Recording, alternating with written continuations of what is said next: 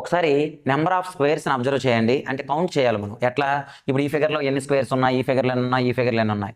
మరి మనం ఎట్లా కౌంట్ చేస్తామంటే ఒక్కసారి ఇక్కడ అబ్జర్వ్ చేస్తే 1 2 ఈక్వల్ బ్లాక్స్ ఉన్నాయి.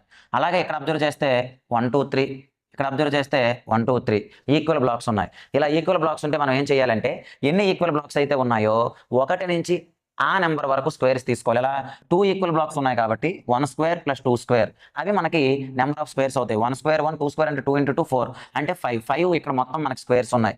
అట్లానే ఇక్కడ మీరు అబ్జర్వ్ చేస్తే ఈక్వల్ బ్లాక్స్ 3 కాబట్టి 1 square plus 2 square plus 3 square 1 square 1, 2 square 4, 3 square 9 ఎంతనన్నా టోటల్ అంటే 14. అంటే ఈక్వల్ బ్లాక్స్ ఉంటే ఇలా ఎన్ని ఈక్వల్ బ్లాక్స్ ఉన్నాయో 1 నుంచి మొదలెట్టి ఆ నెంబర్ వరకు స్క్వేర్. ఇక్కడ 3 ఉన్నాయి కాబట్టి 1 స్క్వేర్ 2 స్క్వేర్ 3 స్క్వేర్, 2 ఉన్నాయి కాబట్టి 1 స్క్వేర్ ప్లస్ 2 స్క్వేర్, 5 ఉంటే 1 square plus 2 square plus 3 square plus 4 square plus 5 square. అయితే కామెంట్ బాక్స్ లో మీ యొక్క ఆన్సర్ని తెలియజేయండి. ఎట్ ద టైం ఒకవేళ అన్ఈక్వల్ బ్లాక్స్ ఉంటే ఏం చేయాలని మీకు డౌట్ ఉంటే నెక్స్ట్ వీడియోలో చేస్తాను. మీరు కామెంట్ బాక్స్ లో తెలియజేయండి.